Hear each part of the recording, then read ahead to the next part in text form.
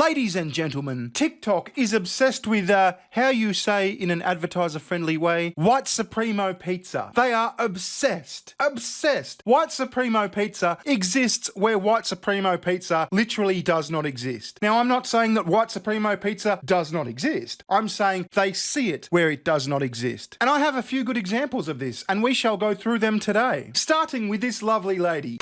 Okay, I just saw what the world looks like without capitalism. Now I'm going to see what this AI thinks the world looks like without white supremacy. Yes, here we go. No white supremacy. Let's see what this AI thinks a world with no white supremacy look like. Hopefully it's a ton of people of color doing great things. Yep. Yep. Yep. Yep. Yep. Definitely looks like a ton of people of color doing great things. It's glorious. Look at that. We're just going to be living in permanent luminescence and brilliance when white supremacy is dismantled. There you go, people. Permanent luminescence and brilliance. Once white supremo pizza is dismantled. Makes complete sense. I would like to implore us to stop using words like racism and anti-Semitism. And I would like a herd of flying giraffes with Gatling guns attached to each side of their neck and heat-seeking missiles attached to their underbellies. What's your fucking point? I would instead use agent of white supremacy. Right. So when the Palestinians say and do bad things to their little hat people, they're not being racist, they're being agents of white supremacy. When the Chinese openly discuss their dislike of black people, they're not being racist, they're being agents of white supremacy. When the black South Africans slaughter and pillage white South African farmers, they're not being racist, they're being agents of white supremacy. This makes perfect sense. You are being an agent of white supremacy, you're doing the work of white supremacy.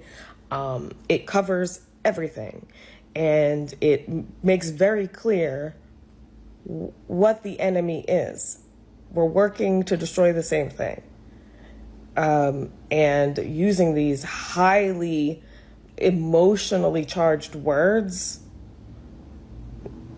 is done on purpose. So keep focused. White supremacy. Listen, we've got more crazy TikTokers, but I would like to throw to a quick sponsor.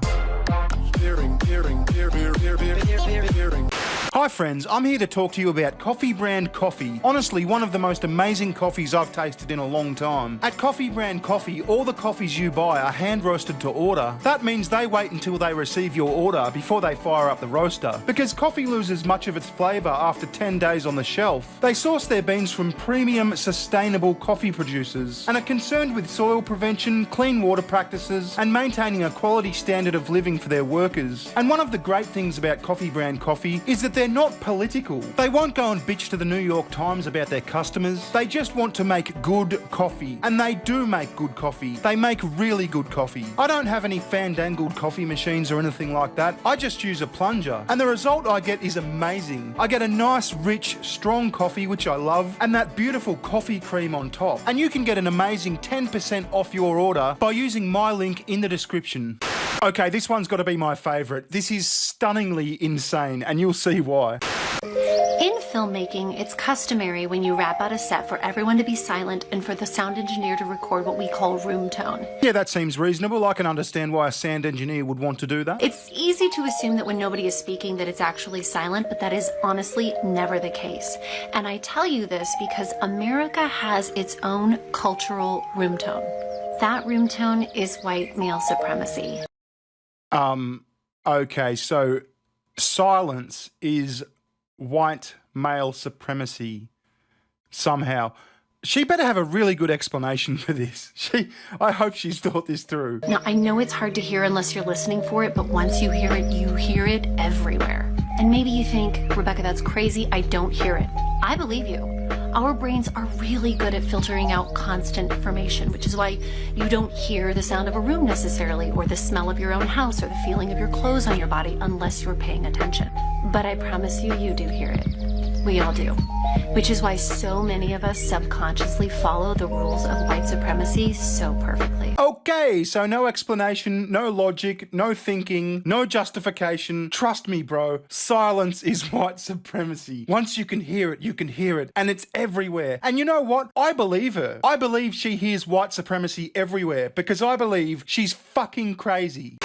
You know, we'll always say protect black women and girls, protect black women and children, but the numbers show we do not do that. What numbers? Are you going to show the numbers? You're not going to show the numbers, are you? Like, within our community, we do not do that. And I ask myself this why all the time, and the obvious answer is like, oh, white supremacy, misogyny, sexism, but like diving into that deeper, I think the black people who do not protect and defend or even actively harm black women and children, they do so because it's their own projection of self-hatred and internalized anti-blackness. Wait, so what exactly do you want? Are black women not entitled to the same level of social security and welfare and all that sort of shit as anyone else? What exactly do you want to happen? And why do you use the word misogynoir? It's so stupid. It means like misogyny against black women. They've got to have their own word. And the reason I say this is because in order to protect the most vulnerable in one's community, you one have to acknowledge that they are the most vulnerable, which means you have to acknowledge that they live in a system, we live in a system where they experience harm and violence the most, number one. Number two, you then have to acknowledge and look at the most vulnerable as they are deserving of love, respect, and protection. And if the most vulnerable look like you, emulate you, are representations of you, and you do not respect them or feel they're deserving of love, respect, and protection, and you actively harm them, what does that say about how you think about yourself? If they're representations of you, you don't love yourself. Okay, that was confusing. I don't know exactly what she wants. She wants people to like feel a different way or something so she can feel a different way. And if that doesn't happen, then it's white supremacy. Can we just speak in black and white here? Pardon the pun. You have fallen into the lies of white supremacy and what they say about blackness and what they specifically say about the most vulnerable within the black community. And in order to get to remove yourself and separate yourself from the blackness that you have been indoctrinated to see as something not deserving of protection, you turn a blind eye to the most vulnerable be experiencing harm, or you actively do that harm in order to be in the good graces of white supremacy and a white man. And that's really fucking sad. I wish y'all would love yourselves. I really wish y'all would love your blackness and not listen to those lies, because then we could actually start protecting and loving and respecting our community in its entirety. Okay, that was word salad. So you've got to start loving your own blackness. So I guess by you, she means other black people, and respecting the most vulnerable members of society, which are black women and black children. And if you don't, then you are listening to the lies of white supremacy. I mean, respect is a good thing. You should look after the most vulnerable people in society. But I wish you'd just be a bit clearer about how they're not being looked after, or how they're not getting respect, or, you know, like, just make a fucking point. Stop just mixing words together. White supremacy does not require a white majority.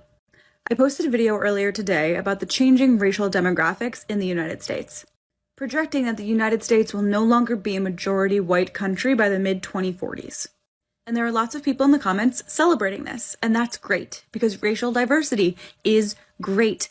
But racial diversity alone is not the antidote to white supremacy. Okay then, what's the antidote to white supremacy? And let's back it up a little bit. What is white supremacy? The idea that racial diversity automatically equals racial equality is a pervasive and dangerous myth, because it creates an illusion of racial progress without interrogating the ways that white supremacy and racism can continue to permeate societies when there are less white people, or even when there are no white people in certain spaces at all. Go on. Since white supremacy and racism are systemic and institutionalized, it already exists in the fabric of the country. And since white supremacy and racism can be internalized, it also already exists in the minds of people of color. Wait, didn't like thousands and thousands of white guys literally die to effectively end slavery? Why is that not in the fabric of the country? Why so hung up on white supremacy? I mean, by white supremacy, do you mean white majority? Because yes, there's a white majority in America. That's just the way it is. And like you said, that's disappearing. Oh well, that's just the way it goes. But something tells me no matter what happens, you're going to be hung up on white supremacy because it's your hobby. It's your favourite thing to whinge about. It's your favourite thing to make TikTok videos about. And it won't go away as long as you want something to bitch about. Through things like colorism, featureism, texturism, policing language and ways of speaking, and classism in many ways. We also have to think about representative power. So even if the nation does get more diverse, the people making the decisions might not be. Okay, firstly, what the fuck is colorism and texturism? I think you just made them up. And if my maths are right, there's about 12.5% black representation in Congress. Don't black people make up like 13% of the population in America? So you're like half a percentage point off total representation. And there's one easy way to fix that. Go run for Congress. I mean, I'm not sure if you're black or whether you're like a Rachel Dolezal type who just likes to wear dark makeup and bitch about white supremacy. But anyway, I'm going to leave it there because this is getting tedious. If you have any thoughts, leave them down below or at my super duper gay half stepbrother-in-law's Twitter account, bskills with 3 L's and an at the start. See you later. Ta-ta. Recession, recession. Give me better times, give me better times. Recession.